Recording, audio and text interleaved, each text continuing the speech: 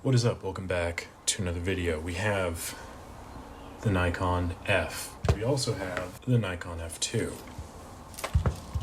We also have the Nikon F3. So let's dig in. What I want to do today is talk about the differences of these three models. Now, these are the best of the best that Nikon has to offer in this particular time period. Also, in my opinion, the best of the F series is kind of in this area. The F4, F5, and F6 are great in their own right, but they do rely on AA batteries. They have a lot of electronics, autofocus, auto advance, all this stuff. These, for all intents and purposes, are pure mechanical kind of, and simplified, rugged, professional, simplified. These are things you can take to the very brink of the world and rely on them fully sometimes and get amazing results. They've been used and curated by professionals for the last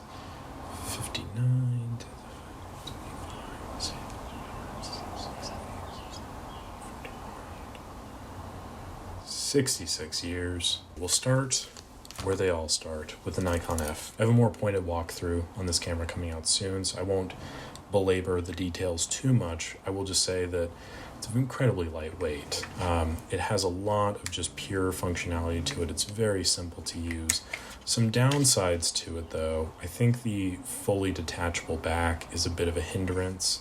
It does make the loading process maybe a little bit easier, but now this is something I have to hold on to and also just have much more opportunities to mess up the loading system. Obviously I think the photomic meter looks amazing, but in terms of actually using it, I feel like the non-metered prism has better balance to it. So if you have that model, that might be a little bit better. But also I just think that it's very robust, and it looks like one of those pillars of marble before they trim it down into a column, because it's just got these really big flat edges here. It is the least aerodynamic camera in existence. It does have this very funny little port for your flash sync cable on the side, which I just think is a hoot. I mean, it's just it's just kind of hanging out there. I think that's great. Absolutely adore that. But the camera itself just has things like that kind of confuse me. Stuff I really like, though, is your little switch over here for the 20 or 36 exposure roll. I also really enjoy the modularity, which kind of carries into the rest. Now, the things about this I find interesting is the location of the shutter button is in the rear of the camera. Obviously, that's to maintain the housing for your rewind lever. Keeping that all in the back makes it easier to get to that sprocket. Less moving parts. This thing could be kicked off of Mount Everest from the top, and by the time it rolls down to base camp, they have to chisel it out of that giant cartoonish avalanche ball of snow, but it would still be working. And that's what I love about the Nikon F. Now, the F2 is kind of much in that same category. Again, very robust, dependable, reliable, all that stuff.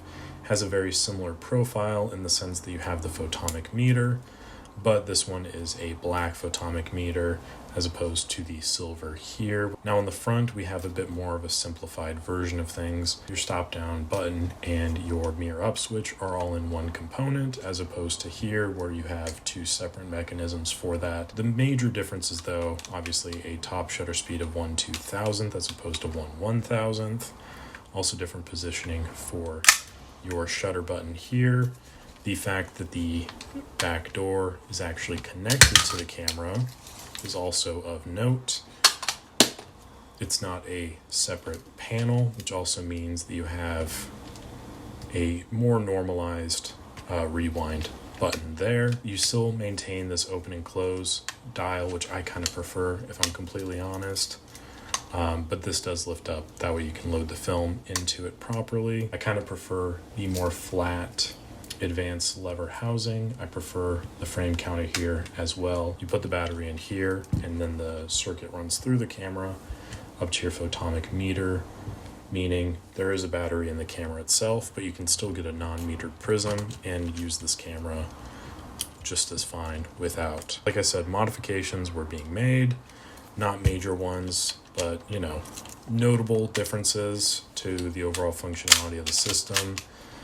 The big thing, the big takeaway is we're noticing a little bit more taken off of the marble, a little bit more chiseling done to the form. We've got these rounded out edges as opposed to the more blockiness.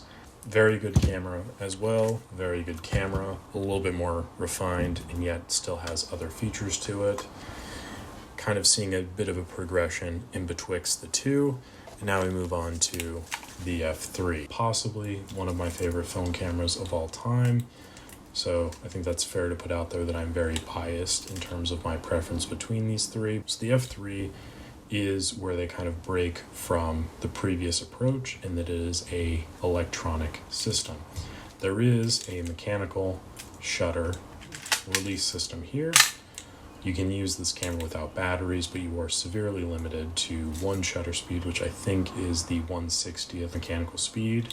You have the similar mechanism of the F2 in terms of your stop down mirror up switch all being in one go here, which I think is nice. But you'll also notice that there's a sub mirror in there, which you can kind of make out.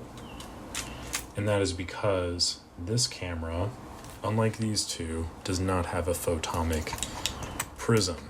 The prism itself is not the meter. The meter sits in here.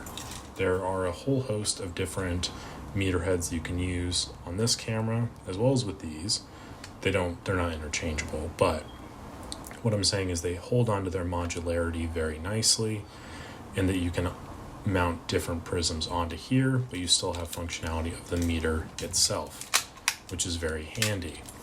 So you have the top shutter speed of 1/2000th, same with the F2, but now you have an aperture priority setting here. You also have a low shutter speed maximum of 8 seconds, which is very fast, or very slow, I should say. Now, the other notable things to notice are the design differences. Now, the F3 was only really released in black. There was the F3T, which I believe is like a champagne silver kind of situation. But for the most part, they're all black, just like this, which is kind of a departure from having the two-tone silver and black options available. So we look at here, we have a slight grip, we have the introduction of the now iconic red stripe, and we also have this nice little bevel here for added ergonomic comfort and ease. Now, the system on the top here is kind of similar. We have a very interesting and one of my favorite frame counters, a very nice little well for your shutter button, as well as one of the smoothest advance levers of all time due to the ball bearing system utilized here. Built-in ASA selector over here, as well as your exposure compensation dial, which can be articulated using this button there. Still have the memo slot in the back for particular film that you're shooting. The other benefits, I think, are the prism removal system, being these two tabs that you slide off. I think that's so much better than the button in the back. I know the button in the back is iconic, but it kind of sucks. So there are, as mentioned, many differences here in between things. The F is bedrock. This is what a 35mm professional SLR looks like in the most refined state of just being a camera. The F2 takes a lot of those things, optimizes it, smooths out the edges, makes it a little bit easier to use, a little bit more professional, modifies a few things. And the F3, I think, makes it a little bit more accessible, a little bit more stylish, and has a little bit more flair to it overall. But they all still remain very professional systems, all very good within their own right. It just comes down to a matter of preference. Do you want something more mechanical? Do you want something more electronic? Do you want something that's a little bit more old school classic? Do you want something that's a bit more of a revision of that? What we really have here is the Evil Dead films. We have Evil Dead, which was really cool, shot in a cabin over like a few weekends. Bruce Campbell's cinematic debut. Evil Dead 2, a little bit more money. They're able to do kind of the same things, but with a little bit more sauce, a little more flair. And then we have Army of Darkness, which is my favorite, adding a new spin on stuff and just rewriting the whole idea of what this world is. Classic homegrown horror movie, classic bigger budgeted sequel, And then the classic Joe Dante special, just making something completely batshit crazy, insane, bonkers fun, and iconic in its own right. Those are the Nikon F cameras. Let me know in the comments down below what you think. Have you shot with any of these? Which one's your favorite? I would love to hear from you. Thank you so much for watching. Appreciate it as always. Like the video if you enjoyed, subscribe to the channel, and I will catch you on the next one.